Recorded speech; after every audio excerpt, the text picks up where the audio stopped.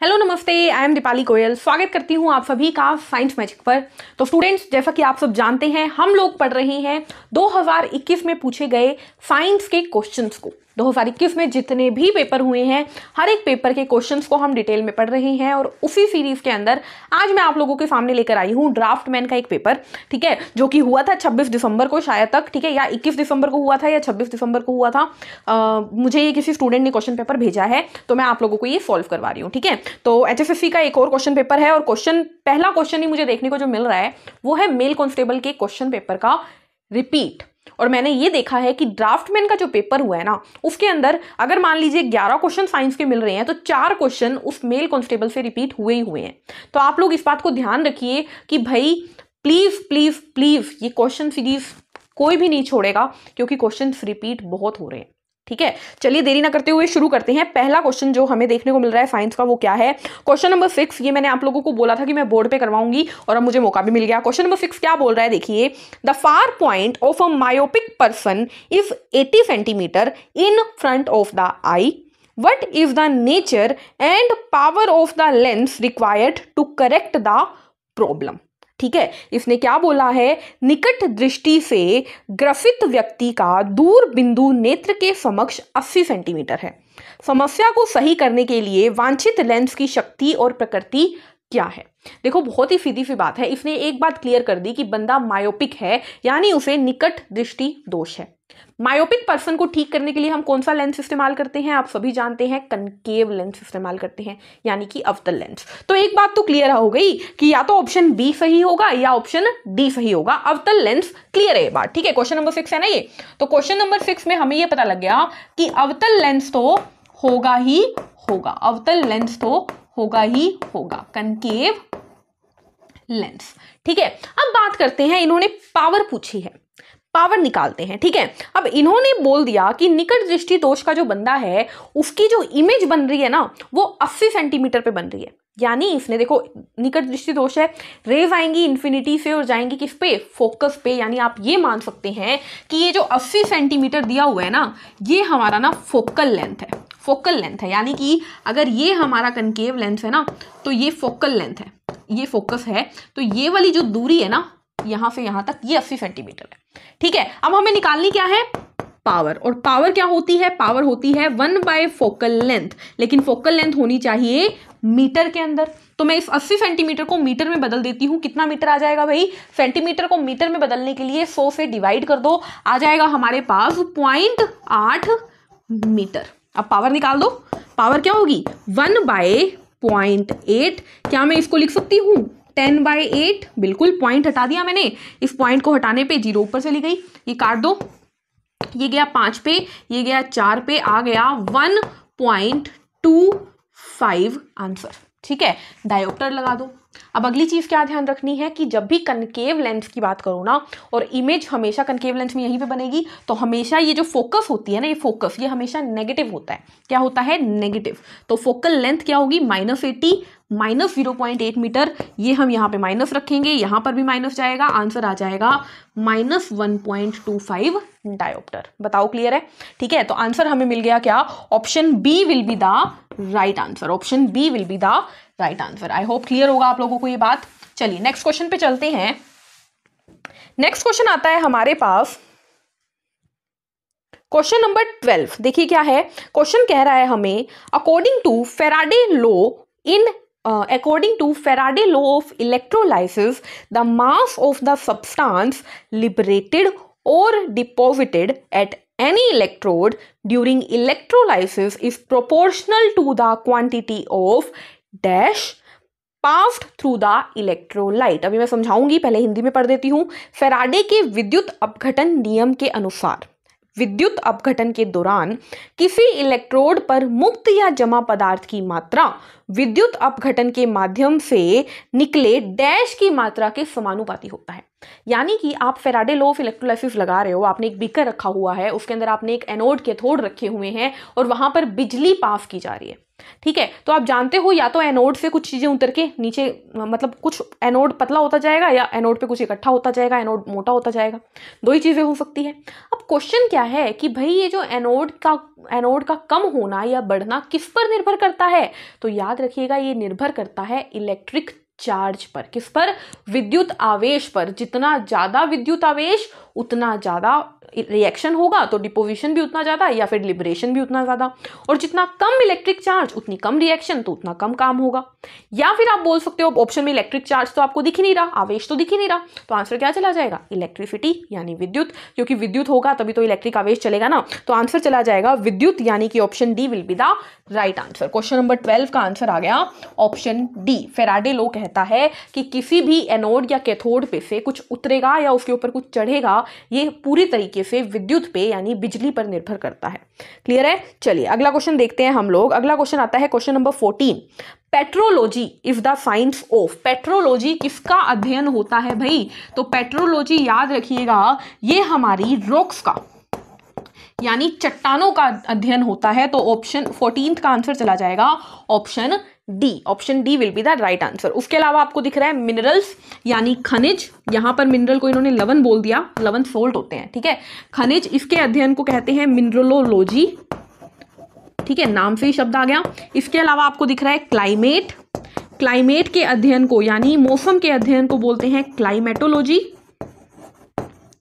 इसके अलावा आपको दिख रहा है सोयल यानी मिट्टी यानी मृदा, तो इसके अध्ययन को बोलते हैं पेडोलॉजी। क्या बोलते हैं? पेडोलॉजी। ठीक है, तो ये बात आपको ध्यान रखनी है, तीनों मैंने आपको यहाँ पे बता दिए। ठीक है, इन्होंने क्वेश्चन में थोड़ी गलती की हुई है, इन्होंने मिनरल को लवण लिखा हुआ है, कोई बात नहीं, कोई फर्क नहीं पड़ता, हम लोगों को आंसर से मतलब है, हमारा हो गया। नेक्स्ट क्वेश्चन आता है क्वेश्चन नंबर 22 हमारे पास। देखिए क्या है, what is the name of flashy coloured bract present in spadix inflorescence. अभी इनफ्लोरेसेंस मैंने आपको इन डिटेल बताना है, तो शॉर्ट में सुन लीजिएगा इसको। स्पेडिक्स इनफ्लोरेसेंस में मौजूद मांसल रंग के ब्रैक्ट का क्या नाम होता है? देखो स्पेडिक्स जो होती है उसकी मैं फोटो यहाँ पे लगा दूंगी। स्पेडिक्स क्या होते हैं, कुछ इस तरीके से ना एक बड निकलती है, ठीक है, और उसके चारों तरफ सिर्फ एक ही पत्ता होता है। ठीक है, इस पत्ते को क्या बोलते हैं ये इसने पूछा है, इस पूरे स्ट्रक्चर को बोलते हैं स्पेडिक्स। इस पत्ते को क्या बोलते हैं, तो याद रखना इस पत्ते को बोलते हैं स्टूडेंट्स स्पेथे। क्या बोलते हैं? स्पेथे। तो आपको ऑप्शन मिल गया, option C will be the right answer, spathe. ठीक है, इसकी फोटो मैंने यहाँ पे लगा दी। जो रेड कलर का आपको पोर्शन दिख रहा है वो होता है स्पेथे यानी पत्ता सा जो चारों तरफ आ गया, और ये होता है, ये पूरा का पूरा क्या होता है, ये होता है स्पेडिक्स। ठीक है, चलिए अगला क्वेश्चन देखते हैं, इसके बाद हम लोग अगला क्वेश्चन हमें मिल रहा है question number 26। Light enter from air to glass having refractive index 1.5, what is the speed of light in the glass? speed of light in vacuum हमें दी हुई है, यानी कि ये बोल रहा है कि एक कांच के टुकड़े में लाइट एंटर कर रही है, बाहर से कांच के टुकड़े में एंटर कर रही है। ठीक है, अब इसने बोला है इस कांच के टुकड़े का रिफ्रैक्टिव इंडेक्स है 1.1, यहाँ पर लाइट की स्पीड है 3 × 10⁸, यही दी हुई है ना, बिल्कुल यही दी हुई है, मीटर पर सेकंड, यहाँ पर निकालनी है। तो सिंपल फॉर्मूला लगाना है, म्यू बराबर होता है C/V। म्यू बराबर क्या होता है? C/V। C हो गया लाइट की वैक्यूम में स्पीड, V हो गया इस मीडियम में स्पीड, और म्यू हो गया रिफ्रैक्टिव इंडेक्स। कितना दिया हुआ है? 1.5। C कितनी है? 3 × 10⁸। V हमें निकालनी है, तो V को मैंने यहाँ रख दिया, 3 × 10⁸ डिवाइडेड बाय 1.5। इसको सोल्व कर लो, चलो कर लेते हैं। इस पॉइंट को हटा देती हूँ, ऊपर इसको 9 कर देती हूँ मैं। ठीक है, एक ऊपर चला गया, 3 की टेबल पे ये गया 5 पे। ठीक है, और ऐसा करते हैं, इसको थोड़ा सा सोल्व करते हैं, इजी करती हूँ। सिंपल पहले लिख दो 3 × 10⁸ डिवाइड बाय 1.5, यही है ना। इस पॉइंट को हटा के मैं ऊपर क्या लिख सकती हूँ? 10 लिख सकती हूँ, बिल्कुल लिख सकती हूँ। अब 3 की टेबल पे 15 कितने पे गया? 5 पे। 5 की टेबल पे 10 कितने पे गया? 2 पे। आंसर आ गया आपके पास 2 × 10⁸ मीटर प्रति सेकेंड। क्या आपको ऑप्शन में दिख रहा है? बिल्कुल दिख रहा है, option B will be the right answer. Option B will be the right answer. बताओ समझ में आया? कुछ भी नहीं किया, रिफ्रैक्टिव इंडेक्स हमें दिया हुआ है, C हमें दिया हुआ है, V निकालना है, म्यू बराबर CV होता है, C/V होता है। ठीक है, सिंपल कैलकुलेशन है। ठीक है, फिजिक्स जितनी टफ कैलकुलेशन भी नहीं है, मैथ्स जितनी बहुत ईजी कैलकुलेशन है। चलिए आगे बढ़ते हैं। नेक्स्ट क्वेश्चन के ऊपर नेक्स्ट क्वेश्चन हमें दिख रहा है, अगेन ये भी रिपीटेड क्वेश्चन है। Petaloid bract present in which of the following flowers, यानी कि निम्नलिखित में से किस फूल में पेटेलोइड ब्रैक्ट मौजूद होता है। अब आप सोचेंगे पेटेलोइड ब्रैक्ट क्या है, तो अगर किसी ने मेल कांस्टेबल का पेपर देखा है मेरा तो वो तो समझ गए होंगे, नहीं देखा तो वो अब जान लीजिए।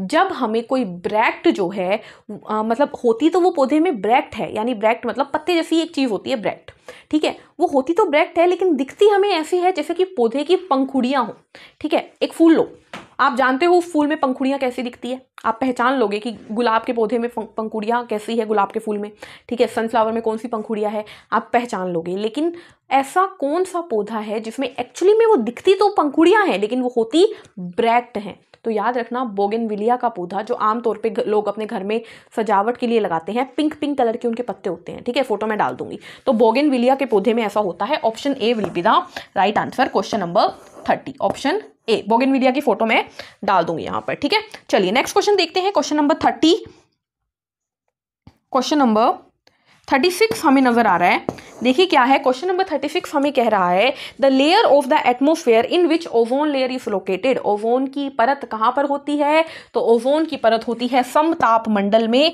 Option C will be the right answer. हमारी वह लेयर जिसमें हम रहते हैं उसे बोलते हैं ट्रोपोस्फेयर यानी शोभ मंडल। इसके ऊपर होती है समताप मंडल यानी स्ट्रेटोस्फेयर जहां पे ओजोन की परत होती है।